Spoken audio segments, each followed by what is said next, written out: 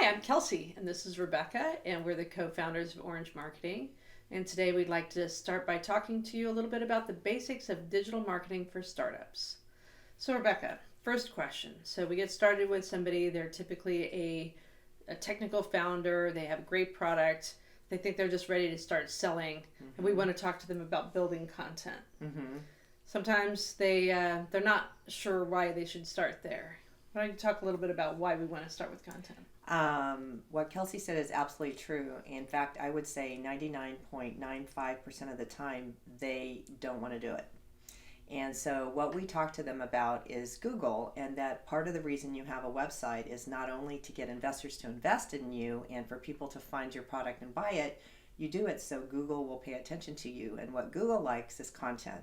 What we mean by content is long format content where you're writing about your product and the problems your product solves for the type of people that you want to sell to. And content can take many formats. We do content on a website with blog posts. We do downloadable white papers. We do videos. We do a lot of different forms of content, but it is very important that you write content, a little bit every week. Absolutely. So consistency is key. And as Rebecca said, the content can take a lot of different forms, and you should try to use as many of them as you can. We'll talk in our next video about some of the tips of how you can create that content efficiently so it doesn't have to feel onerous. But Rebecca, Google, of course, is important, and they say the best place to hide a dead body is on the second page of Google. How long does it take to get on the front page of Google, and what are some of the tips to make that happen? We have read a lot of articles because of our incessant need to convince our smart founders that they need to write content. So we've read a lot of articles and done our own research. It varies. If you're selling a product that's very niche and not a lot of people have marketed against it, you can rank pretty fast.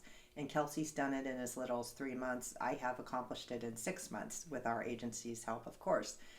For other products in really competitive areas, Google's going to take a while to notice how big of an expert you are. It could take over a year. So the day your startup is founded is the day we think you should start writing content. Couldn't agree more. So aside from ranking for Google, there's a couple other reasons why you want to create content. The second is that you want to have something to put in your sales rep's hands. So these guys always want to start by having a sales rep and a phone. And they send a lot of emails. We'll talk about that in another video. But when they're sending these emails, it's awfully handy to have a piece of research, a piece of interesting content that is helpful and informative that you can have your sales rep send to a potential customer so they can see you as an expert.